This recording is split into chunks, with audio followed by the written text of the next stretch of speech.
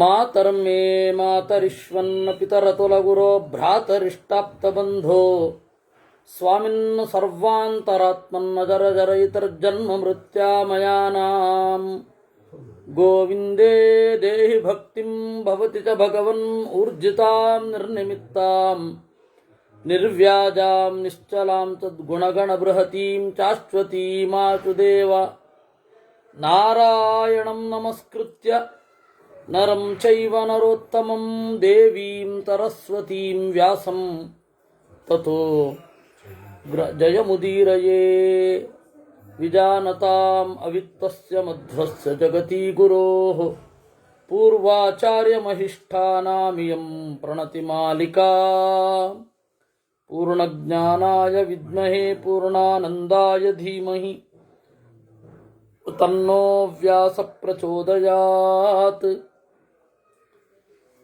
ಸದೃಶಂ ರಾಜಶಾರ್ದೂಲ ವೃತ್ತಸ್ಯ ಚ ಕುಲಸ್ಯ ಚ ಕೋ ರಾಜ್ಯಂ ವಿಪುಲಂ ಗೃಹ್ಯ ಸ್ಫೀತಾಕಾರಪುರಂ ಮಹತ್ ನಿರ್ಜಿತಾರಾತಿ ಸಾಮಂತಂ ದೇವರಾಜ್ಯೋಪಮಂ ಸುಖಂ ರಾಜ್ಯೇ ರಾಜ್ಯಗುಣಾಯೇ ಚ ತಾನ್ವ್ಯುದಸ್ಯ ನರಾಧಿಪ ದೋಷಂ ಪಶ್ಯಸಿ ರಾಜೇಂದ್ರ ದೋಷೇಸ್ಮಿನ್ ಪಂಚವಿಂಶಕಃ.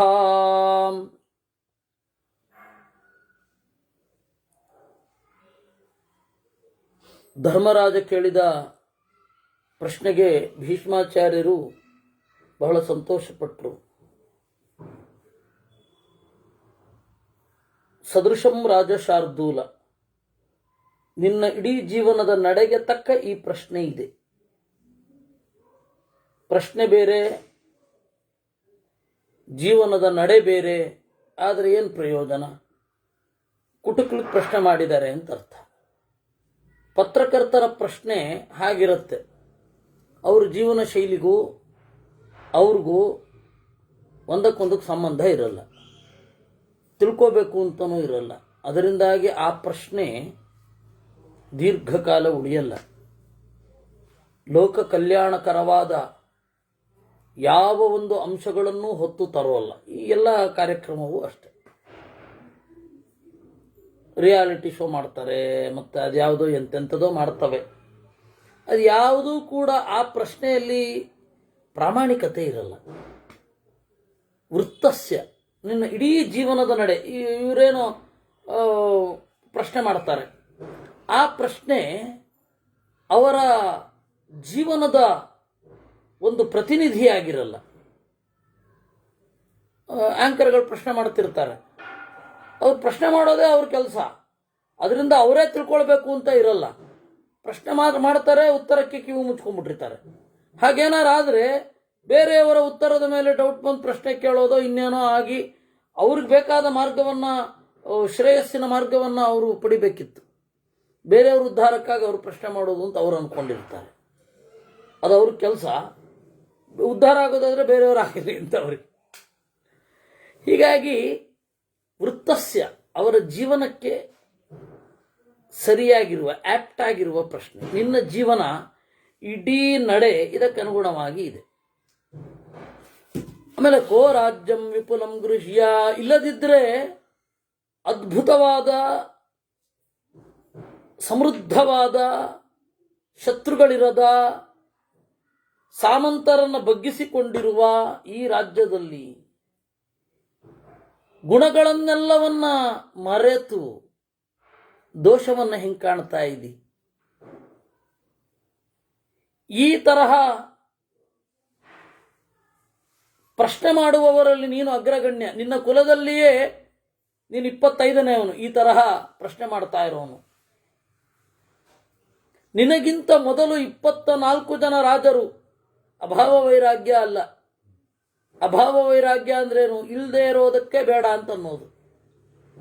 ಹೇಗೂ ಇಲ್ಲ, ನನಗೆ ಕಾರ್ ಬೇಡ ಅನ್ನೋದು. ಕಾರ್ ತಗೊಳ್ಳೋ ಯೋಗ್ಯತೆಯೇ ಇರಲ್ಲ, ಆಗ ಕಾರ್ ಬೇಡ ಅಂತ ಅನ್ನೋದು. ಅಲ್ಲ, ಅದು ಶಕ್ತಿ ಇರುವಾಗ ತಗೊಳ್ಳದೇ ಇರೋದೇನಿದೆ ಅದು ವಿರಕ್ತಿ. ಒಂದು ಉದಾಹರಣೆ ಹೇಳಿದ್ದೆ. ಹಾಗೆ ಇದು. ಅದರಿಂದಾಗಿ ಈ ತರಹ ರಾಜ್ಯ ಇದ್ದು ಯಾವ ಶತ್ರುಗಳ ಕಾಟ ಇಲ್ಲದೇ ಇದ್ದು ಸಮೃದ್ಧವಾಗಿದ್ದು ಆ ರಾಜ್ಯದಲ್ಲಿ ದೋಷವನ್ನು ಕಾಣ್ತಾ ಇದೆಯಲ್ಲ, ನಿಜವಾಗಿಯೂ ಗ್ರೇಟ್ ಇದು. ಅತಿಕ್ರಾಂತಾಸ್ತ್ವಯಾ ರಾಜನ್ ವೃತ್ತೇನ ಪ್ರಪಿತಾಮಹಾಃ ಧರ್ಮೋ ವಿಗ್ರಹವಾನ್ ವೀರೋ ವಿದುರಶ್ಚ ಮಹಾಯಶಾಃ. ನೀನು ನಿನ್ನ ತರಹನೇ ಇರೋನು ನನ್ನ ಕುಲದಲ್ಲಿ ನೋಡೋದಾದರೆ ವಿದುರ. ಧರ್ಮವೇ ಮೈವೆತ್ತು ಬಂದವನು, ಪ್ರಜ್ಞಾವಂತ, ಧೀರ. ಸಂಜಯಶ್ಚ ಮಹಾತೇಜಾಃ ಯೇ ಚಾನ್ಯೇ ದಿವ್ಯ ದರ್ಶನಾಃ. ಇನ್ನು ಸಂಜಯ, ಅವನು ವೇದವ್ಯಾಸರ ಶಿಷ್ಯ. ನಿನ್ನ ತರಹವೇ ಇದರಲ್ಲಿ ದೋಷವನ್ನು ಕಂಡವ. ನಾರ್ಮಲ್ PA ಅಲ್ಲ ರಾಜರಿಗೆ. ಪ್ರವೃತ್ತ ಜ್ಞಾನ ಸಂಪನ್ನಾಃ ತತ್ವಜ್ಞಾನವಿದೋ ನೃಪಾ. ಈ ರೀತಿ ಜ್ಞಾನ ಸಂಪನ್ನರಾದವರು. ಅತಿಕ್ರಾಂತ ಮಹಾರಾಜ ಬ್ರಹ್ಮಾದ್ಯಾಸ್ತಸುರಾಸುರಾಃ ಅನಿತ್ಯಂ ದುಃಖ ಸಂತಪ್ತಂ ಜಗದೇ ತನ್ನ ಸಂಶಯಃ. ಏವಮೇತಾನ್ ಮಹಾಬಾಹೋ ಬ್ರಹ್ಮಾದ್ಯಾನ್ ಸಸುರಾಸುರಾನ್. ಎಲ್ಲ ಇಡೀ ಜಗತ್ತು ದುಃಖ ಸಂತಪ್ತವಾಗಿದೆ, ಅದನ್ನು ಮೀರಬೇಕು ಅಂತನ್ನೋದು ಕರೆಕ್ಟ್. ಬ್ರಹ್ಮಾದಿ ದೇವತೆಗಳ ಶರೀರವೂ ಕೂಡ ಅನಿತ್ಯವೇ. ಅನಿತ್ಯಾನ್ ಸತತಂ ಪಶ್ಯ ಮನುಷ್ಯಾದಿಶುಕಾ ಕಥಾ. ಇನ್ನು ಮನುಷ್ಯರಲ್ಲಿ ಏನು ಹೇಳತಕ್ಕದ್ದು? ಇವತ್ತಿರುತ್ತೆ, ನಾಳೆ ಹೊರಟೋಗುತ್ತೆ. ಸಂಪತ್ತಾಗಲಿ, ಸ್ಟಾರ್ಡಮ್ ಆಗಲಿ, ಯಾವುದೇ ಇವತ್ತಿರುತ್ತೆ, ನಾಳೆ ಹೋಗಿಬಿಡುತ್ತೆ. ಅದು ಇರುತ್ತೆ ಅನ್ನೋ ಭ್ರಮೆಯಿಂದಲೇ ನಾವು ಅಹಂಕಾರಕ್ಕೆ ಒಳಗಾಗೋದು. ಇರಲ್ಲ ಅಂತನ್ನುವ ವಾಸ್ತವ ಇದ್ದಾಗ ತಗ್ಗಿ ಬಗ್ಗಿ ನಡೀತಾರೆ. ಅದರಿಂದಾಗಿ ಬ್ರಹ್ಮಾದಿ ದೇವತೆಗಳದ್ದೇ ಹೀಗಾದ ಮೇಲೆ ಶರೀರ, ಇನ್ನು ಮನುಷ್ಯರ ಕಥೆ ಏನು? ನಿತ್ಯಾಂತು ಪ್ರಕೃತಿ ಮಾಹು ಯಾಸೌ ಪ್ರಸವ ಧರ್ಮಿಣೀಂ ಅರೂಪಿಣೀಂ ಅನಿರ್ದೇಶ್ಯಾಂ ಅಕೃತಾಂ ಪುರುಷಾತಿಗಾಂ ತಾಮತ್ಯಂತ ಸುಖಾಂ ಸೌಮ್ಯಾಂ ನಿರ್ವೃಣಾಮಿತಿ ಸಂಹಿತಾಂ. ಅರೂಪಿಣೀಂ, ಈ ಪ್ರಕೃತಿಗೆ ಖಚಿತವಾದ ರೂಪ ಇಲ್ಲ, ಕಾಣೋಲ್ಲ. ಅನಿರ್ದೇಶ್ಯಾಂ, ಯಾರು ಈ ಪ್ರಕೃತಿಯನ್ನು ಇಷ್ಟೇ ಅಂತ ಹೇಳಬಲ್ಲವರು? ಯಾರಿಗೂ ಈ ತನಕ ಗೋಚರ ಆಗಿಲ್ಲ. ಎಲ್ಲರೂ ಕಂಡುಹಿಡಿತಾನೇ ಇದ್ದಾರೆ. ಯಾರಿಗೂ ಇದಮಿತ್ತಂ ಅಂತ ನಿಲುಗಡೆಗೆ ಬಂದಿಲ್ಲ. ಇನ್ನು ಹೇಗೆ ಅಂತಂದ್ರೆ, ಯಾರಿಗೆ ಅನುಭವಕ್ಕೆ ಬರುತ್ತೆ ಅವರು ನನಗೆ ಇದು ಕಂಡದ್ದು, ನಾನು ಈ ತತ್ವವನ್ನು ಕಂಡಿದ್ದೇನೆ. ಬೇರೆಯವರು ಕಂಡಾಗ ತಾರ್ಕಿಕವಾಗಿ ಯೋಚನೆ ಮಾಡುವಂತಾರೆ. ಅವರು ಆ ತತ್ವವನ್ನು ಕಂಡಾಗ ನನ್ನದು ಅನುಭವ ಸತ್ಯ, ನನ್ನ ಅನುಭವ ಅಂತಾರೆ. ಈ ತರಹ ಮೋಹಕ ಪ್ರಕೃತಿ ಅಂತನ್ನೋದು. ನಿತ್ಯಂ ಪ್ರಸವ ಧರ್ಮಿಣಿ, ಪ್ರತಿ ದಿವಸವೂ ಕೂಡ ಹೊಸ ಹೊಸ ವಸ್ತುಗಳನ್ನು ಹುಟ್ಟು ಹಾಕತ್ತದು. ಎಂಥ ಆಶ್ಚರ್ಯ! ಪ್ರತಿ ಕ್ಷಣವೂ ಕೂಡ ಹೊಸ ಹೊಸ ಆವಿಷ್ಕಾರಕ್ಕೆ ಒಳಗಾಗತ್ತೆ. ಪ್ರಕೃತಿ ನೂತನ ಪದಾರ್ಥಗಳನ್ನು ಹುಟ್ಟು ಹಾಕತ್ತೆ. ತಾಮತ್ಯಂತ ಸುಖಾಂ ಸೌಮ್ಯಾಂ ನಿರ್ವೃಣಾಮಿತಿ ಸಂಹಿತಾಂ ಆಹುರ್ಬ್ರಹ್ಮರ್ಷಯೋ ಹ್ಯಾದ್ಯಾಂ ಭುವಿ ಚೈವ ಮಹರ್ಷಯಃ. ತಯಾ ಪ್ರಕೃತಿ ಪುರುಷರೂಪಿಣ್ಯ ಧರ್ಮ ಪ್ರಕೃತಿಕೋ ನಘ ಸಯಾತ್ಯೇವ ಹಿ ನಿರ್ವಾಣಂ ಯತ್ತತ್ ಪ್ರಕೃತಿ ಸಂಹಿತಂ. ಬ್ರಹ್ಮರ್ಷಿಗಳು, ಮಹರ್ಷಿಗಳು ಈ ಪ್ರಕೃತಿಯನ್ನು ಆದ್ಯ ಅಂತ ಕರೀತಾರೆ. ಮೊದಲಿರುವಂಥದ್ದು.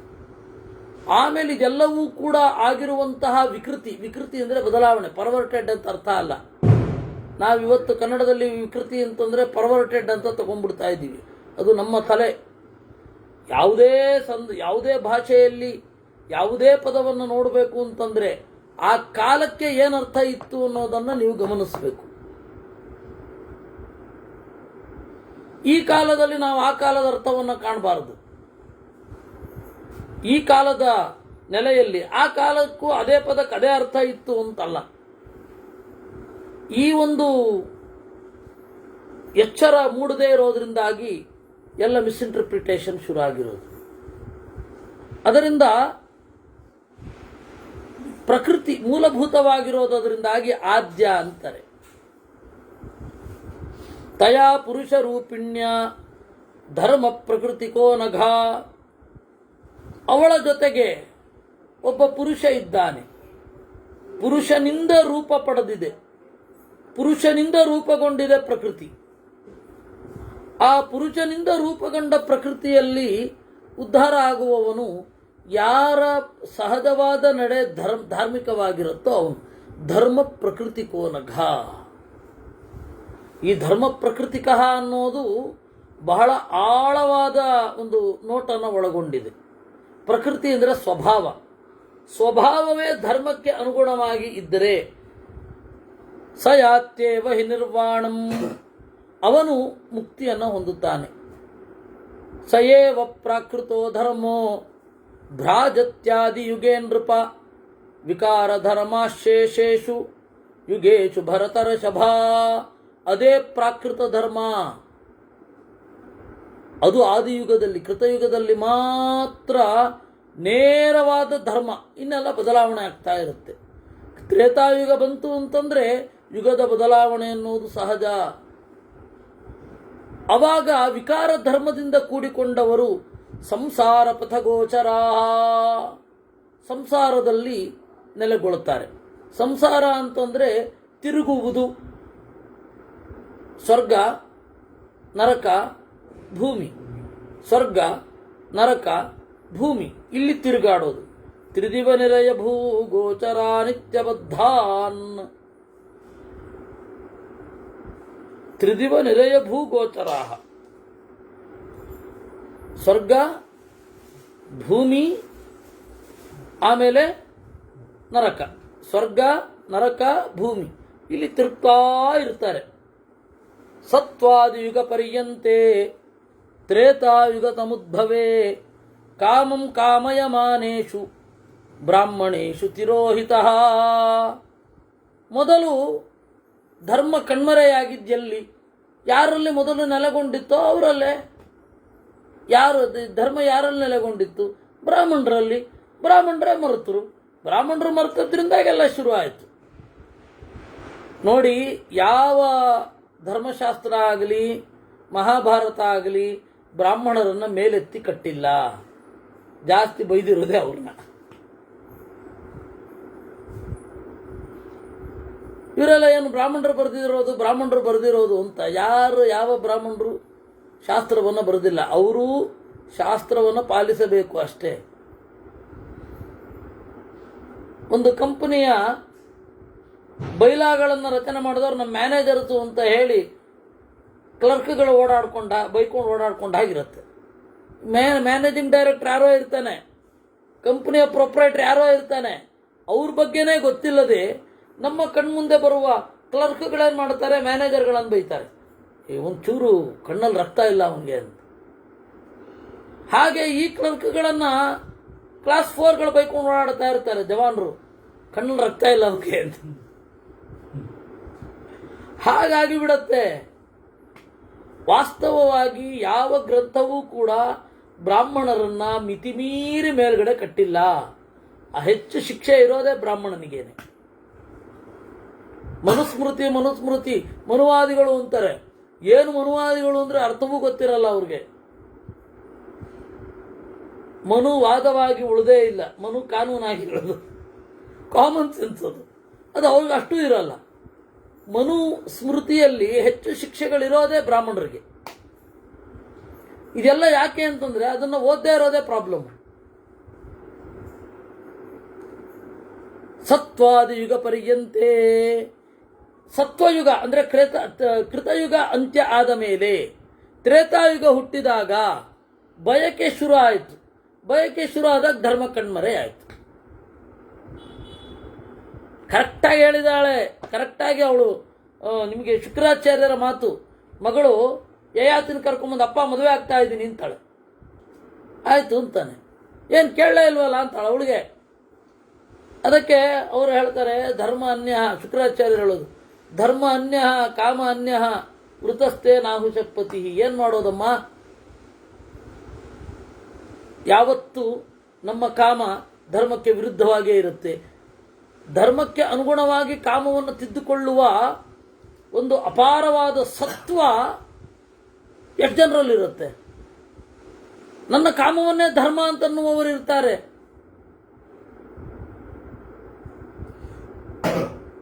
ಈ ಪೆದ್ದುಗಳೆಲ್ಲ ಇಲ್ವಾ? ಪ್ರೀತಿ ಪವಿತ್ರ, ಪ್ರೀತಿಯೇ ಧರ್ಮ ಅಂತಾರೆ. ಹೌದಾ? ಅವ್ರನ್ನೇ 1 ವರ್ಷ 2 ವರ್ಷ ಆದ್ಮೇಲೆ ಕೇಳಿದ್ರೆ ಅದನ್ನ ಹೇಳಲ್ಲ ಅವರು. ಸುಮ್ಮನೆ ಅದು ಆ ಕ್ಷಣದ ಅರ್ಜದು, ವಾಸ್ತವ ಅಲ್ಲ. ಪ್ರೀತಿಗೆ ಧರ್ಮದ ಹಂಗಿಲ್ಲ ಅಂತಾರೆ. ಏನೇನು ಮಾತುಗಳು! ಅಯ್ಯೋಯ್ಯೋ ರಾಮ. ಆ ತರಹ ಯಾರು ಫಿಲ್ಮ್ ಮಾಡಿ ಜನರು ತಲೆ ಕೆಡಿಸ್ತಾ ಇರ್ತಾರಲ್ಲ, ಅವರು ಮನೆಯಲ್ಲಿ ನೋಡಿದ ಹುಡುಗಿಯನ್ನು ಮದುವೆ ಆಗಿ ಅವ್ರದೇ ಜಾತಿಯನ್ನು ಕಟ್ಟಿಕೊಂಡು ಬೇರೆಯವ್ರಿಗೆ ಉಪದೇಶ ಮಾಡ್ತಾರೆ. ಇದು ಎಲ್ಲ ಸಮಸ್ಯೆ. ಇದು ಕಾಮ ಮತ್ತೆ ಧರ್ಮದ ನಡುವೆ ಒಂದು ಕೊರಾಬರೇಷನ್ನೋ ಅಥವಾ ಒಂದು ಸಮನ್ವಯವೋ ಒಂದು ಮ್ಯಾಚಿಂಗೋ ಇಲ್ಲದೆ ಇರುವಾಗ ಆಗಿರೋದು ಇವೆಲ್ಲ. ಕುಪಥೇಶು ಚ ಧರ್ಮೇಶು ಪ್ರಾದುರ್ಭೂತೇಶು ಕೌರವ ಜಾತೋ ಮಂದ ಅದಕ್ಕೆ ಕಾಮಂ ಕಾಮಯಮಾನೇಶು ಬ್ರಾಹ್ಮಣೇಶು. ಮೊದಲು ಬ್ರಾಹ್ಮಣರದ್ದು ತಪ್ಪು. ಕಾಮಯಮಾನೇಶು ಬಯಕೆಗಳನ್ನು ವಿಪರೀತವಾಗಿ ಇಟ್ಟುಕೊಂಡು ತಿರೋಹಿತ ಧರ್ಮ ಅನ್ನೋದು ಕಣ್ಮರೆಯಾಯಿತು. ಬ್ರಾಹ್ಮಣರು ತಪ್ಪು ಅಂತಾನೆ.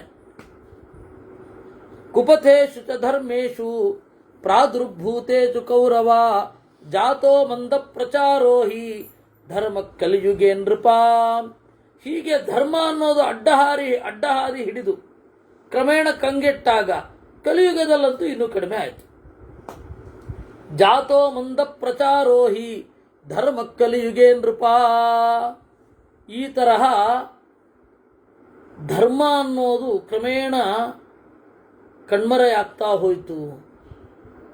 ಅದಕ್ಕೆ ನಮಗೆ ಇರೋದು ಒಂದೇ ಆಸರೆ, ಧರ್ಮದಲ್ಲಿ ಏನೇ ತಪ್ಪು ನಡೆಗಳಿದ್ರು ದೇವರನ್ನ ಕುರಿತು ಭಕ್ತಿ ಇರಬೇಕು. ಇತ್ಯೇತದ್ವಿಷ್ಣುಮಾಶ್ರಿತ್ಯ ಸಂಸಾರ ಗ್ರಹ ಮೋಕ್ಷಣಂ ಕಥಿತಂತೆ ಮಹಾಬಾಹೋ ಕಿಂಭೂಯ ಶ್ರೋತುಮಿಚ್ಛಸಿ. ಹೀಗೆ ವಿಷ್ಣುವನ್ನು ಆಶ್ರಯಿಸಿ ಸಂಸಾರದಿಂದ ಬಿಡುಗಡೆ ಹೊಂದಬೇಕು. ಧರ್ಮದಿಂದಲೋ ಅರ್ಥದಿಂದಲೋ ಕಾಮದಿಂದಲೋ ಮೋಕ್ಷ ಸಾಧ್ಯ ಇಲ್ಲ. ಯಾಕೆಂದ್ರೆ ಧರ್ಮವನ್ನು ಪೂರ್ಣ ಪ್ರಮಾಣದಲ್ಲಿ ಮಾಡಲಿಕ್ಕೆ ಆಗಲ್ಲ. ಮೋಕ್ಷ ಅನ್ನೋದು ವೆಲ್ತ್, ಸಂಪತ್ತಿನಿಂದ ಸಾಧ್ಯ ಇಲ್ಲ. ಕಾಮ ಅಂತೂ ಮೋಕ್ಷಕ್ಕೆ ವಿರುದ್ಧವಾಗೇ ಇರುತ್ತೆ. ಅದರಿಂದಾಗಿ ಮೋಕ್ಷ ಅನ್ನೋದು ನಾರಾಯಣನನ್ನು ಹೊರತುಪಡಿಸಿದರೆ ಬೇರೆ ಕಡೆಯಿಂದ ಸಿಗಲ್ಲ. ಎಷ್ಟು ಚಂದ ನಿರೂಪಣೆ ರೀ. ಹೀಗೆ 19ನೇ ಅಧ್ಯಾಯ ಮುಗೀತು. ಕ್ಲಿಶ್ಯಮಾನೇಚು ಭೂತೇಚು ಯತಿರ್ಮರಣತಾಗರೆ ಯತ್ಪ್ರಾಪ್ಯ ಕ್ಲೇಶಂ ನಾಪ್ನೋತಿ ತನ್ಮೇ ಬ್ರೂಹಿ ಪಿತಾಮಹ. ಅದಕ್ಕೆ ಯುಧಿಷ್ಠಿರ ಹೇಳ್ತಾನೆ, ಹಾಗಾದರೆ ಮರಣದಲ್ಲಿ ಬಿದ್ದು ಒದ್ದಾಡ್ತಾ ಇದ್ವಿ ನಾವೆಲ್ಲ. ಸಾವು ಎನ್ನುವುದು ಕಡಲಿದ್ದಂತೆ, ಎಲ್ಲರಿಗೂ ಇಲ್ಲಿ ಸಂಕಟ ಉಂಟು. ಎಲ್ಲರೂ ಕೂಡ ಒಮ್ಮೆ ಸಾಯುವುದೇ. ಹಾಗಾದರೆ ಸಾಯೋದ್ರ ಒಳಗಡೆ ಸತ್ತ ಮೇಲೂ ಚೆನ್ನಾಗಿರುವಂತಹ ಒಂದು ತತ್ವ ಆಸರೆಯಾಗಿ ನಿಲ್ಲಬೇಕು, ಅದನ್ನು ಹೇಳು ನನಗೆ.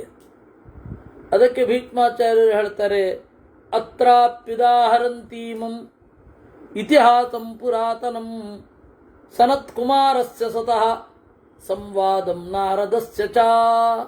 ಸನತ್ಕುಮಾರ ಹಾಗೂ ನಾರದರ ಸಂವಾದವನ್ನು ಹೇಳ್ತೇನೆ ಕೇಳು.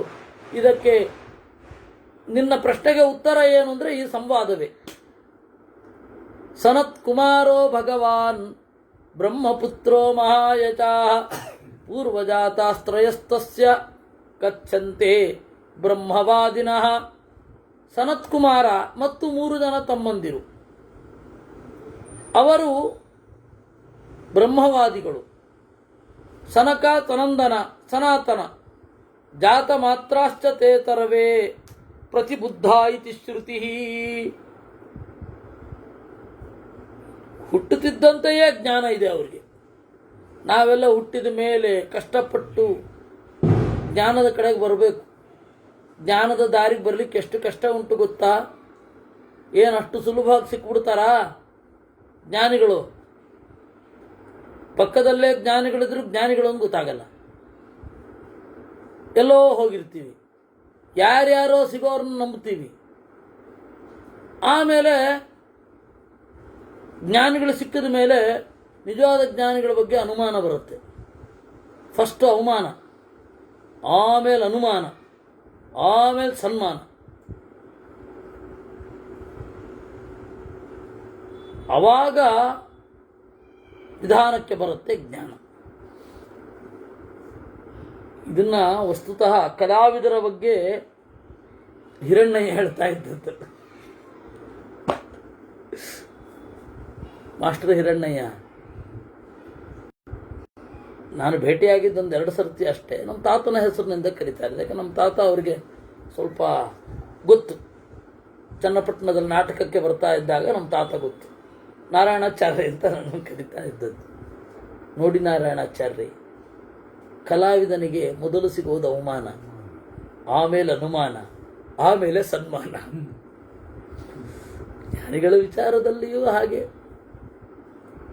ಮೊದಲು ಅವಮಾನ, ಆಮೇಲೆ ಅನುಮಾನ, ಜ್ಞಾನಿ ಹೌದು ಅಲ್ವೋ ಅಂತ. ಆಮೇಲೆ ಅವ್ರು ಗೋಚರ ಆಗಬೇಕು ಅಥವಾ ನಮಗೆ ಗೋಚರ ಆಗಬೇಕು. ಇಲ್ಲ ಇಲ್ಲ, ಇವ್ರು ಹೇಳ್ತಾ ಇರೋದು, ನಾನೇ ಮಾಡಿರೋದನ್ನು ನಾನು ಹೇಳ್ತೇನೆ, ನಾನೇ ಮಾಡಿರೋ ಅಂಥದ್ದನ್ನು ನಾನು ಹೇಳ್ತೇನೆ. ನನ್ನ ಅನುಮಾನ ಬೇರೆ ರೀತಿ. ನಮ್ಮ ಗುರುಗಳು ಕೋಟ್ ಮಾಡ್ತಾ ಇದ್ದ ಗ್ರಂಥಗಳನ್ನು ಲಿಸ್ಟ್ ಮಾಡಿಟ್ಕೊಂಡು ಹುಡುಕ್ತಾ ಇದ್ದೆ. ಯಾಕೆಂದರೆ ಎಲ್ಲರಿಗಿಂತ ಡಿಫ್ರೆಂಟ್ ಆಗಿದ್ದಾರೆ ಇವರು. ನನಗೆ ಅವರು ಸರಿಯಾಗಿದ್ದಾರೆ, ಉಳಿದವರು ಡಿಫ್ರೆಂಟ್ ಆಗಿದ್ದಾರೆ ಅನ್ನೋದು ಗೊತ್ತಾಗಲಿಲ್ಲ. ಡಿಫ್ರೆಂಟು ಅನ್ನೋದು ಒಳ್ಳೆ ಪದ ಏನಲ್ಲ. ನಮ್ಮ ಗುರುಗಳ ಗ್ರಂಥವನ್ನು ನೀವು ಯಾರೂ ಮಾಡಿರ್ಲಿಕ್ಕಿಲ್ಲ, ಇದನ್ನು ನಾನು ಮಾಡಿದ್ದೀನಿ. ನಮ್ಮ ಗುರುಗಳ ಒಂದು ಗ್ರಂಥವನ್ನು ಇಟ್ಟುಕೊಂಡು ಅದರ ಗ್ರಂಥಗಳನ್ನು, ಅದರ ನೋಟಗಳನ್ನು ಬೇರೆ ಬೇರೆ ಕಡೆ ಹೋಗಿ ಹುಡುಕಿದ್ದೀನಿ. ಕೆಲವೊಂದು ಸಿಗದೆ ಹೋದಾಗ ಅವಾಗ ದೈವ ವ್ಯಾಕರಣ ಪ್ರಿಂಟ್ ಇರಲಿಲ್ಲ. ಅವರದ್ದು ಇದೆಯಾ ಇಲ್ವಾ ಅಂತ ನೋಡಿದ್ದೀನಿ. ಆಕಸ್ಮಿಕವಾಗಿ ನೋಡ್ತಾ ಸಿಕ್ಕಿದ್ದಲ್ಲ. ಇವ್ರು ಹೇಳಿದ್ದಿದೆಯಾ ಇಲ್ವಾ,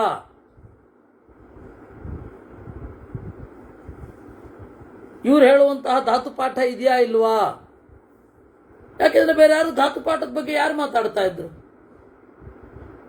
ಎಲ್ಲ ಮದುವೆ ಮಾಡಿಸೋದ್ರಲ್ಲಿ ಬ್ಯುಸಿ ಆಗಿದ್ರಷ್ಟೇ ವಿನಃ ಶ್ರೀನಿವಾಸನಿಗೆ ಇದರಲ್ಲಿ ಎಲ್ಲಿ ಇರ್ತದೆ ಈ ತರಹ ಎಲ್ಲಿ ಧಾತುಪಾಠ, ಪಾಠಾಂತರ, ಶುದ್ಧ ಪಾಠ ಯಾರು ಮಾತನಾಡ್ತಾ ಇದ್ದಿದ್ದು? ಮೊದಲು 50 ವರ್ಷದ ಹಿಂದೆ ಹೋಗಿ ನಾನು ಹೇಳ್ತಾ ಇರೋದು. ಅದರಿಂದಾಗಿ ನಮಗೆ ಇದು ಹೊಸದು. ನಾವೆಲ್ಲ ಚಿಕ್ಕವರಿದ್ದಾಗ ಕೇಳಿದ್ದೇ ಬೇರೆ.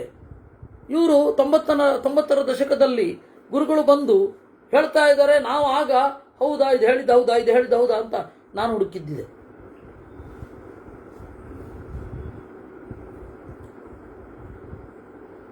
ಒಂದು ಸರ್ತಿ ಚಿಕ್ಕಂದಿನಲ್ಲಿ ಗೊತ್ತಿಲ್ಲದೆ ಮಾಡಿದ್ದು ಬಿಡಿ. 95ನೇ ಇಸ್ವಿ ನಾನು ವೈದಿಕ ವ್ಯಾಕರಣ ಎಲ್ಲಿ ಸಿಗತ್ತೆ ನೀವು ಕೋಟ್ ಮಾಡೋದು ಅಂತ ಕೇಳಿದ್ದೆ. ಆಗ ಅವರು ನಾನು ಪುಸ್ತಕದ ಅಂಗಡಿಯವನಲ್ಲ ಅಂತ ಹೇಳಿದ್ರು.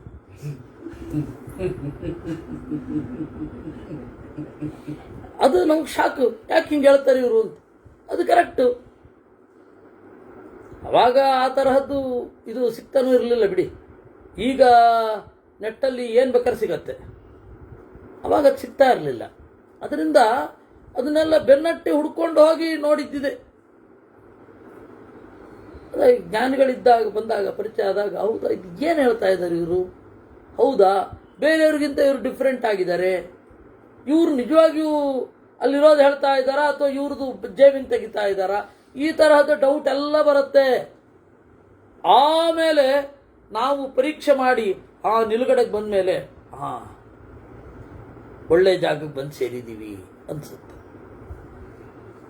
ಹೀಗಾಗಿ ನಾವೆಲ್ಲ ಜ್ಞಾನದ ಕಡೆ ಪ್ರಯಾಣ ಮಾಡೋದು ಬಹಳ ಕಷ್ಟ ಇದೆ. 100 ಜನ ಸಿಗ್ತಾರೆ, ಏನೇನೋ ಹೇಳ್ತಾ ಇರ್ತಾರೆ, 99 ಜನ ಒಂಥರ ಹೇಳ್ತಾರೆ, ಒಬ್ಬ ಒಂಥರ ಹೇಳ್ತಾ ಇರ್ತಾನೆ. ಓ ಇವನೇ ತಪ್ಪು, ಯಾಕೆಂತಂದ್ರೆ ಬಹುಮತ ಅಂತ ಹಂಗೆ ಹೊಟ್ಟೋಗ್ತೀವಿ ನಾವು. ಸೇಫು ಬಹುಮತ, ಯಾರನ್ನ ಜಾಸ್ತಿ ಯಾರಿಂದ ಬೈಗುಳಕ್ಕೆ ಒಳಗಾಗೋದಿಲ್ಲ ಅವರನ್ನು. ಈ ತರಹ ಎಲ್ಲ ಸಮಸ್ಯೆಗಳಿರುತ್ತೆ. ಆದರೆ ಅವ್ರಿಗಿದು ಯಾವ ಸಮಸ್ಯೆಯೂ ಇಲ್ಲ. ಸನಕ, ಸನತ್ ಕುಮಾರ, ಸನಂದನ, ಸನತ್ ಸುಜಾತರಿಗೆ ಹುಟ್ಟುತ್ತಲೇ ಜ್ಞಾನಿಗಳು. ಅವ್ರದ್ದು ಬೇಕಾಗತ್ತೆ ನಮಗೆ.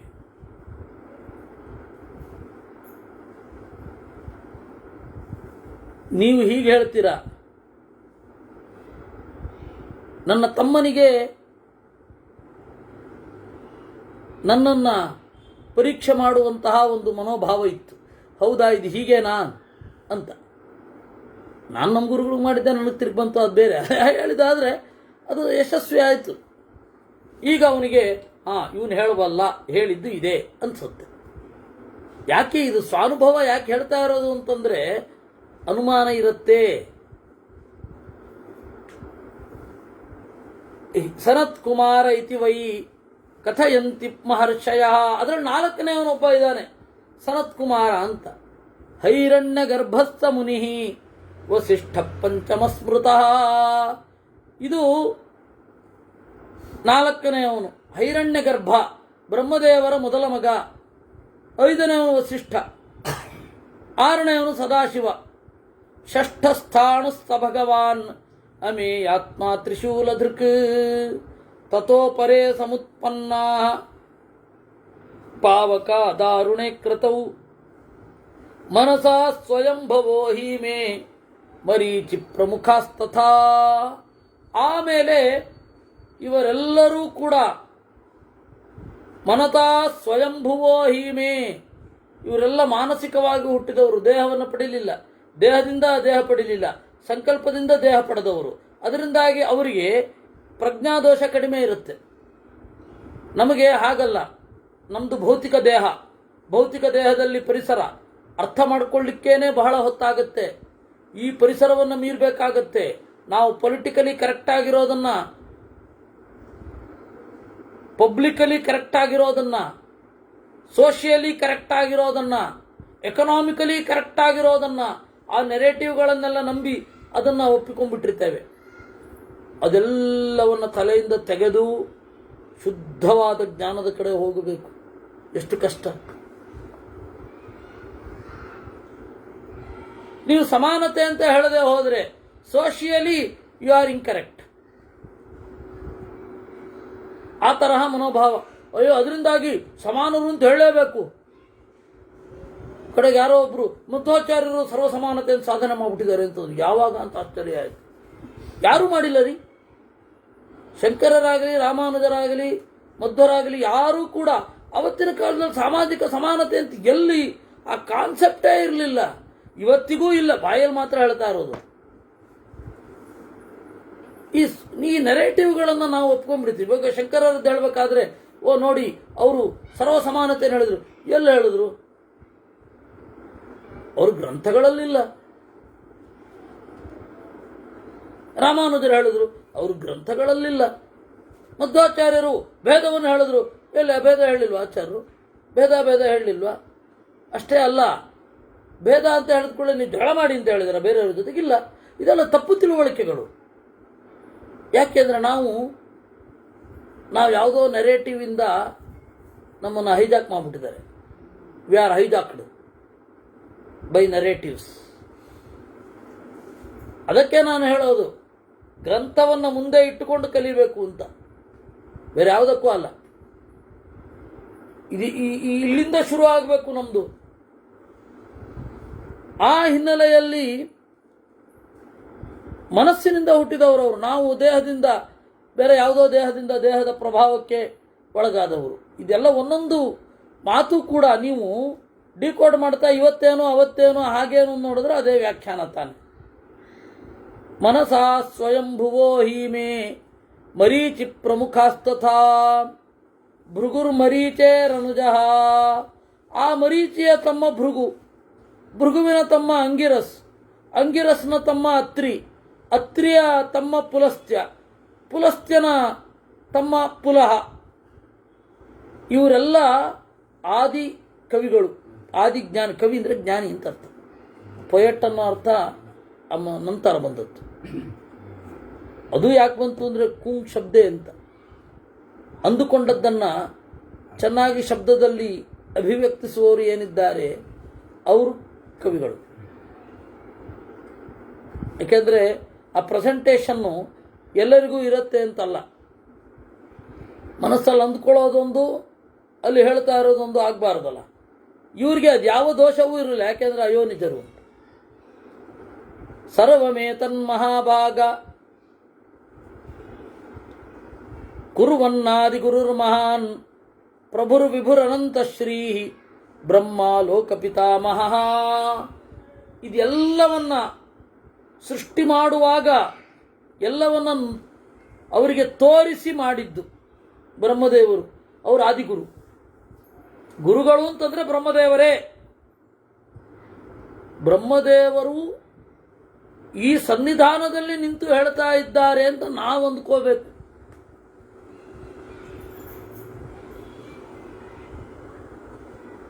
ಈ ಸನ್ನಿಧಾನ ದುಷ್ಟವಾದರೆ ಬಂದಿರಲ್ಲ. ಈ ಸನ್ನಿಧಾನದಲ್ಲಿ ನಮಗೆ ಈಗ ಎದುರುಗಡೆ ಒಬ್ಬ ವ್ಯಕ್ತಿ ಇದ್ದಾನೆ.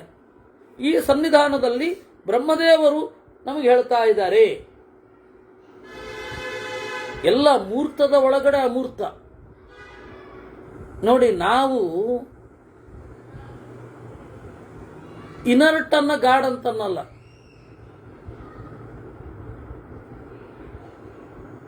ಜಡವನ್ನ ದೇವರು ಅನ್ನಲ್ಲ, ಜಡದ ಒಳಗಡೆ ದೇವರಿದ್ದಾನೆ ಅಂತ, ಇನ್ನರ್.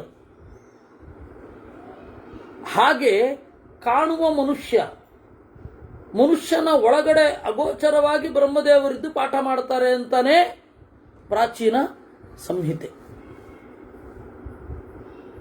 ಈ ಪ್ರತೀಕ ದುಷ್ಟವಾದಾಗ ಅವನಿರಲ್ಲ.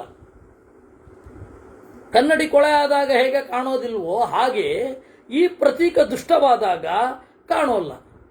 ಅದಕ್ಕೆ ನಾವು ಪ್ರಾರ್ಥನೆ ಮಾಡೋದು, ಸಹನಾಭವತು ಸಹನೌ ಭುನಕ್ತು ಸಹ ವೀರ್ಯಂ ಕರವಾವಹೈ ತೇಜಸ್ವಿನಾವಧೀತಮಸ್ತು ಮಾ ವಿದ್ವಿಷಾವಹೈ.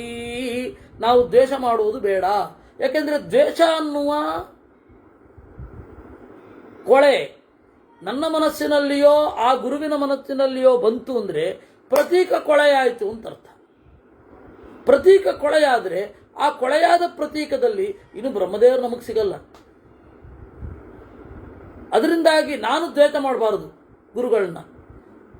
ಗುರುಗಳು ಯಾವುದೋ ಸಾಮಾಜಿಕ ಕಾರಣಕ್ಕೆ ನನ್ನನ್ನು ದ್ವೇಷ ಮಾಡಬಾರದು. ಇಬ್ಬರ ಮನಸ್ಸು ಶುದ್ಧ ಆಗಿರಬೇಕು. ಅದಕ್ಕೆ ಪ್ರಾರ್ಥನೆ ಮಾಡೋದು. ಈ ಅಮೂರ್ತ ಮತ್ತು ಮೂರ್ತಗಳ ಸಂಯೋಗ ಇದೆಯಲ್ಲ, ಇದು ನಮಗೆ ಅರ್ಥ ಆಗ್ತಾ ಇಲ್ಲ. ವಿದೇಶಿಯರು ನಮ್ಮನ್ನು ತಪ್ಪರ್ಥ ಮಾಡ್ಕೊಂಡಿದ್ದಾರೆ. ಜಡವನ್ನು ದೇವರು ಅಂತಾರೆ, ಕಲ್ಲು ಮಣ್ಣುಗಳನ್ನು ದೇವರು ಅಂತಾರೆ ಅಂತ. ನಾವೆಲ್ಲ ಆ ರೀತಿ ಹೇಳುತ್ತೇವೆ. ಕಲ್ಲು ಮಣ್ಣುಗಳ ಒಳಗಡೆ ದೇವರು. ಒಬ್ಬ ವಿದೇಶೀಯ ಬರ್ತಾನೆ, ಅವನಿಗೆ ಅರ್ಥ ಆಗಲ್ಲ. ನಾವು ಹೊಸ್ತಿಲಲ್ಲಿ ಲಕ್ಷ್ಮೀ ನರಸಿಂಹ ಇದ್ದಾನೆ ಅಂತ ಈಗ ನಮಸ್ಕಾರ ಮಾಡಿ ಮುಂದೆ ಹೋಗ್ತೀವಿ. ಕಾಲು ಕೆಳಗಡೆ ಇದ್ದಾನೆ ದೇವರು, ಅದೇನು ದೇವರು ಅಂತೀರ? ದೇವರು ಅವಾಗಿದ್ದು ಅವಾಗ ಮತ್ತೆ ಹೋಗ್ಬೋದಲ್ಲ. ಮೇಲ್ಗಡೆ ಮಾತ್ರ ದೇವರು ಅನ್ನೋದು ಅಬ್ರಾಹ್ಮಿಕ್ ರಿಲಿಜನ್ನು, ಕೆಳಗಡೆ ಇಲ್ವಾ? ನಿನ್ನನ್ನು ಹೊತ್ತವನು ದೇವರಲ್ವಾ? ಅವ್ರಿಗೆ ಅಲ್ಲಿ ಅದ್ರ ಐಡಿಯಾನೇ ಇಲ್ಲ, ಅದ್ರ ಐಡಿಯಾನೇ ಇಲ್ಲ. ನಮಗೆ ದೇವರು ಎಲ್ಲಿ ಬೇಕಾದ್ರೂ ಇರ್ತಾನೆ. ಹಾಗಾದ್ರೆ ಹೀಗನ್ನೋದೇನು ದೇವ್ರನ್ನ ನೀವು? ನಮಗಿಂತ ಎತ್ತರದ ಗುಣದವ ಅಂತಲೇ ವಿನಃ ದೈಹಿಕವಾಗಿ ಮಾತ್ರ ಮೇಲ್ಗಡೆ ಇದ್ದಾನೆ ಅಂತಲ್ಲ. ದೇವ್ರು ಹೀಗೆ ಯಾಕನ್ನಲ್ಲ ಅಂದ್ರೆ ಗುಣದ ಹಿಂದೆ ಇಟ್ಟುಕೊಂಡು ನಾವು ಮೇಲ್ಗಡೆ ಅಂತ ಹೇಳ್ತಾ ಇರೋದು. ಹೀಗಾಗಿ ಪ್ರತೀಕ ದುಷ್ಟ ಆಗಬಾರದು. ಪ್ರತೀಕ ಯಾರು ಬೇಕಾದ್ರೆ ಆಗ್ತಾರೆ. ಅಲ್ಲಿ ಹೇಳಲ್ವೇ 8 ಪ್ರತೀಕ: ರಸ, ನಲ, ರಸ, ಅನಿಲ, ನಿಲವಿಯದ್ವಿವಸ್ವದ್ವಿಧು ಪ್ರಯಷ್ಟುಷು ನಿವಿಷ್ಟಮಿತ್ಯಜ ಭಜಾಮಿ ಮೂರ್ತ್ಯಷ್ಟಕಂ ಅಂತ 8 ಪ್ರತೀಕ. ಪಂಚಭೂತಗಳು ಎಷ್ಟರು ಹೀಗೆ. ಅದರಿಂದಾಗಿ ಎಲ್ಲ ಕಡೆ ದೇವರಿದ್ದಾನೆ. ಹಾಗೆ ನಮ್ಮ ಗುರುಗಳು ಎಲ್ಲ ಕಡೆ ಇದ್ದಾರೆ. ನಮ್ಮ ಗುರುಗಳು ಈ ಮನುಷ್ಯನಲ್ಲಿ ನಿಂತು ನಮಗೆ ಪಾಠ ಹೇಳ್ತಾ ಇದ್ದಾರೆ. ಅವರು ಬ್ರಹ್ಮದೇವರು, ಅವರು ನಮಗೆ ಪಾಠ ಹೇಳ್ತಾ ಇರೋದು. ಅವರ ನಿಗ್ರಹ ಇರಬಾರದು. ಈ ಗುರು ತಪ್ಪಿದರೆ ಸಾಮಾಜಿಕವಾಗಿ ಅವ್ರಿಗೆ ಅಜ್ಞಾನ ಇತ್ತು ಅಂದರೆ ಇಲ್ಲಿಯ ತನಕ ನಾವು ಕಲ್ತಿದ್ದಾಯ್ತು, ಇನ್ನು ಮುಂದೆ ಬೇರೆ ಕಡೆ ಹೋಗಬೇಕು. ಯಾಕೆಂದರೆ ಶಾಸ್ತ್ರದಲ್ಲಿ ಸ್ಫುಟವಾಗಿ ಅದನ್ನ ಹೇಳ್ತಾರಲ್ವಾ,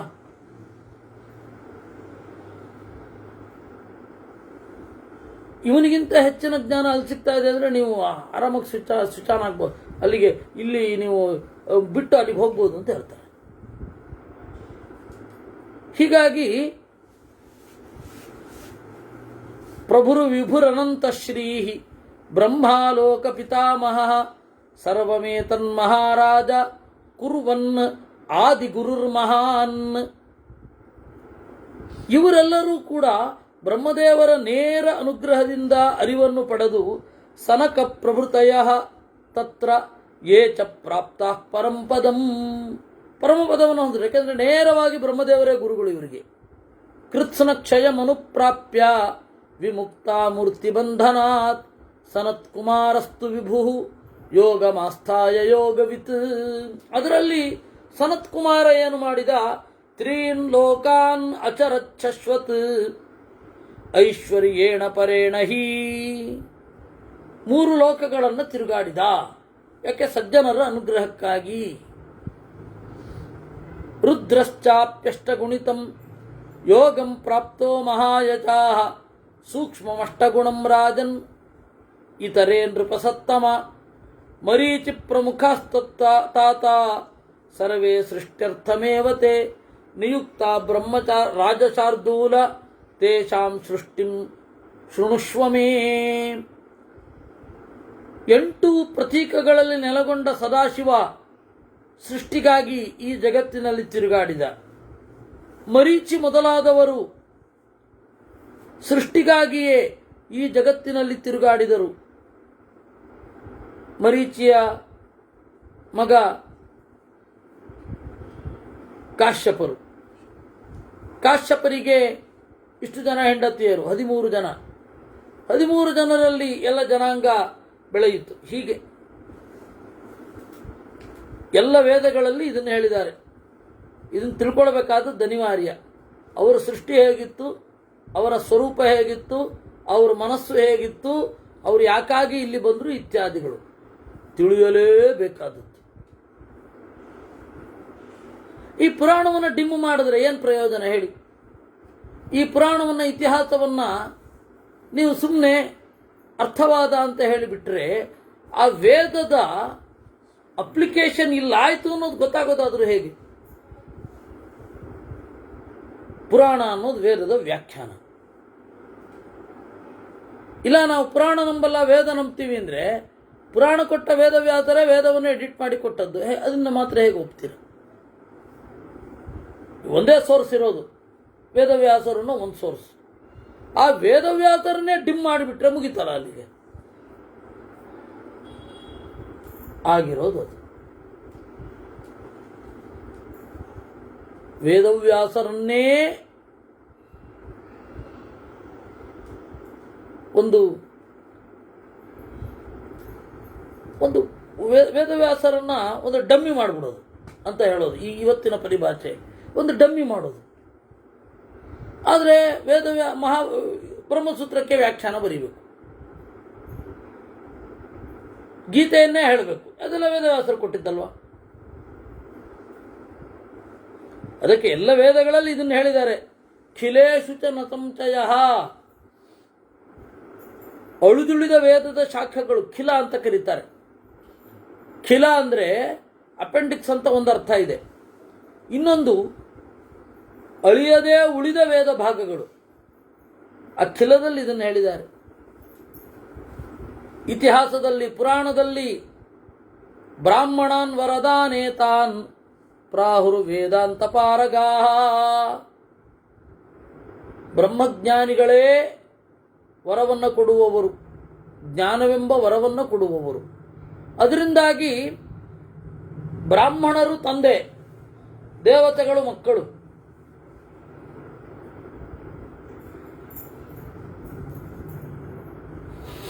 ಪಿತॄಣಾಂ ಚೈವ ರಾಜೇಂದ್ರ ಪುತ್ರ ದೇವ ಇತಿ ಶ್ರುತಿ. ಮಕ್ಕಳು ಕರೆದರಂತೆ ತಂದೆಯಂದಿರನ್ನ ಮಕ್ಕಳೇ ಅಂತ. ಯಾಕೆ ಮಕ್ಕಳು? ತಂದೆ ಏನ್ ಮಾಡ್ತಾನೆ? ಅಮೂರ್ತವಾಗಿ ಇದ್ದ ಜೀವರನ್ನ ಮೂರ್ತವಾದ ಶರೀರವನ್ನು ಕೊಟ್ಟು ಹೊರಗಡೆ ತರ್ತಾನೆ. ನಮ್ಮಪ್ಪ ನನಗೆ ಪೂಜ್ಯ. ಯಾಕೆ? ಅಮೂರ್ತವಾಗಿದ್ದ ಜೀವನಾದ ನನಗೆ ಈ ಶರೀರವನ್ನು ಕೊಟ್ಟ. ನಾನು ಅಭಿವ್ಯಕ್ತ ಆಗ್ತಾ ಇರೋದು ಈ ಶರೀರದ ಮೂಲಕ. ಹೀಗಾಗಿ ಅವನು ಪೂಜ್ಯ. ಕನ್ನಡದಲ್ಲಿ ಅದು ಯಾರು ಕಾಯಿನ್ ಮಾಡಿದ್ರೆ ಗೊತ್ತಿಲ್ಲ, ತಂದೆ ಅಂತ. ತಂದೆ ಅಲ್ಲಿಂದ, ಎಲ್ಲಿಂದಲೋ ಕಾಣದ ಪದಾರ್ಥಗಳಿಂದ ತಂದೆ. ಕಾಣದ ನನ್ನನ್ನು ತಂದೆ ಭೂಮಿಗೆ ಅಂತ ಒಂದು ಕಾವ್ಯಾತ್ಮಕವಾಗಿದೆ ಆ ತಂದೆ ಅನ್ನೋದು ಕೂಡ. ಇವಳು ತಾಯಿ, ತಾಯಿರು ಸಂತಾನ ಪೋಷಣಯೋಹೋ ಅಂತ. ಸಂತಾನ ಮತ್ತೆ ಪೋಷಣೆ, ಅನ್ನಾದಿಗಳನ್ನು ಇಟ್ಟು ನಮ್ಮನ್ನು ಬೆಳೆಸಿದವಳು. ಹೀಗಾಗಿ ತಾಯಿ ಅನ್ನೋದು ಸಂಸ್ಕೃತ ಪದ. ತಾಯಿರು ಸಂತಾನ ಪೋಷಣಯೋಹೋ. ಅಕ್ಕ ಅಂದ್ರೂ ತಾಯಿ ಅಂತಾನೆ. ಅಕ್ಕ, ಅಮ್ಮ, ಅಲ್ಲ, ಮೂರು ಸಂಸ್ಕೃತ ಪದವೇ. ಅಲ್ಲ ಅಂದ್ರೆ ಅಲ್ಲೋಪನಿಷತ್ತು ಅಂತ ಒಂದು ಉಂಟಲ್ಲ, ದುರ್ಗೆಯನ್ನು ಹೇಳುವಂಥದ್ದು. ಅಲ್ಲೋಪನಿಷತ್ತು ಇವನು ಯಾರು? ನಮ್ಮ ಜಕೀರ್ ನಾಯಕ್ ಧೈರ್ಯವಾಗಿ, ಅಜ್ಞಾನದ ಎಂಥ ಧೈರ್ಯ ಇದೆ ಅವ್ರಿಗೆಲ್ಲ. ಅಲ್ಲೋಪನಿಷತ್ತು ನೋಡಿ, ನಿಮ್ಮ ಅಲ್ಲೋಪನಿಷತ್ತು ಅಂತಿದೆ, ನಮ್ಮ ಅಲ್ಲಾಹವನ್ನೇ ಕುರಿತು ಹೇಳೋದು. ಸಂಬಂಧವೇ ಇಲ್ಲ ಅದಕ್ಕೂ ಇದಕ್ಕೂ. ಸುಮ್ಮನೆ ಫೇಕ್ ನಂಬರ್ ಕೊಡ್ತಾನವನು. ನೀವು ತೆಗೆದು ನೋಡಿದ್ರೆ ಇರಲ್ಲ, ತೆಗೆದು ನೋಡಲ್ಲ ಅಂತ ಒಂದು ಧೈರ್ಯ ಇದೆ, ಅದಕ್ಕೆ ಹೇಳ್ತಾನ. ಯಾಕೆ ಹೇಳಿದ್ದು ನಾನು ಅಂತಂದ್ರೆ, ಈ ಬ್ರಾಹ್ಮಣರು ಈ ದೇವತೆಗಳನ್ನ ನಮ್ಮ ಅರಿವಿಗೆ ತಂದರು. ಅದರಿಂದಾಗ ಅವರು ತಂದೆಯಂದಿರಾದರು. ಅದಕ್ಕೆ ಋಷಿಗಳ ಮೂಲಕ ನಾವು ದೇವತೆಗಳನ್ನು ಅರ್ಥ ಮಾಡ್ಕೊಳ್ಳೋದಲ್ವಾ. ಅದಕ್ಕೆ ಆ ಭಾವ ಇಟ್ಟುಕೊಂಡು ಪುತ್ರಕಾ ಇತಿ ಹೋವಾಚ, ಮಕ್ಕಳೇ ಅಂತ ಕರೆದಂತೆ.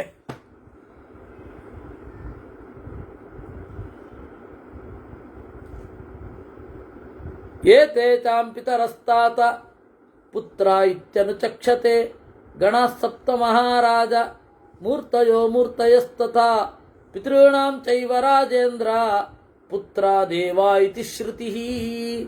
ಈ ದೇವತೆಗಳು ಜಗತ್ತನ್ನೆಲ್ಲ ವ್ಯಾಪಿಸಿದ್ದಾರೆ. ಕೃಷ್ಣದ್ವೈಪಾಯನಾಚ್ಚೈವ ದೇವಸ್ಥಾನಾತ್ ತಥೈವ ಚ ದೇವಲಾಚ್ಚ ನರಶ್ರೇಷ್ಠ ಕಾಶ್ಯಪಾಚ್ಚ ಮಯಾ ಕೃತಂ ಗೌತಮಾದತ ಕೌಂಡಿನ್ಯಾತ್ ಭರದ್ವಾಜಾತ್ ತಥೈವ ಚ ಮಾರ್ಕಂಡೇಯಾತ್ ತಥೈವೈತತ್ ಋಷೇರ್ ದೇವಮತಾತ್ ತಥಾ ಪಿತ್ರಾ ಚ ಮಮ ರಾಜೇಂದ್ರ ಶ್ರಾದ್ದ ಕಾಲೇ ಪ್ರಭಾಷಿತಂ. ವೇದವ್ಯಾಸರು, ದೇವಸ್ಥಾನ ಅಂತ ಒಬ್ಬ ಋಷಿ, ದೇವಲ ಅಂತ ಒಬ್ಬ ಋಷಿ, ಕಾಶ್ಯಪರು, ಗೌತಮರು, ಕೌಂಡಿನ್ಯರು, ಭರದ್ವಾಜರು, ಮಾರ್ಕಂಡೇಯರು, ದೇವಮತ ಅಂತ ಒಬ್ಬ ಋಷಿ, ಮತ್ತೆ ಸ್ವಯಂ ನನ್ನ ಅಪ್ಪ ಶಂತನು, ಇವರೆಲ್ಲರೂ ನನಗೆ ಹೇಳಿದ್ದಾರೆ ದೇವರ ಬಗ್ಗೆ, ಪಿತೃಗಳ ಬಗ್ಗೆ, ಋಷಿಗಳ ಬಗ್ಗೆ, ದೇವತೆಗಳ ಬಗ್ಗೆ. ಪರಂ ರಹಸ್ಯಂ ವೇದಾಂತಂ ಪ್ರಿಯಂ ಹಿ ಪರಮಾತ್ಮನಃ. ಈ ಇಷ್ಟು ಪರಿವಾರವನ್ನು ತಿಳ್ಕೊಂಡ್ರೆ ದೇವರಿಗೆ ಪ್ರಿಯ.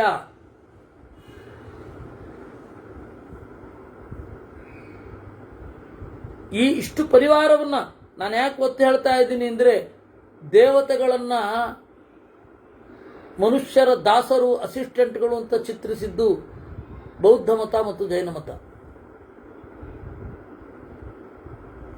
ಆಮೇಲೆ ಅದೇ ಹಾದಿಯಲ್ಲಿ ಬಂದ್ವಿ ನಾವು, ದೇವತೆಗಳು ಮುಖ್ಯ ಅಲ್ಲ ಅನ್ನುವ ಭಾವನೆ ಬಂತು. ಈಗಂತೂ ಎಲ್ಲರೂ ದೇವರು ಅಂತ, ಭಾರತೀಯರಿಗೆ ಭಗವಂತರೆಷ್ಟು ಅಂತ ಒಂದು ಪುಸ್ತಕ ಬೇರೆ ಇದೆ, ನವಕರ್ನಾಟಕದಿಂದ ಪಬ್ಲಿಷ್ ಆಗಿದ್ದು. ಭಾರತೀಯರಿಗೆ ಭಗವಂತರೆಷ್ಟು, ಭಗವಂತಮ ಒಬ್ಬನೇ, ಭಗವಂತರು ಬೇಕಾದಷ್ಟು ಜನ ಇರಬಹುದು. ನಮ್ದು ಪ್ಯಾಂಥಿಸಮ್ ಏನೂ ಅಲ್ಲ,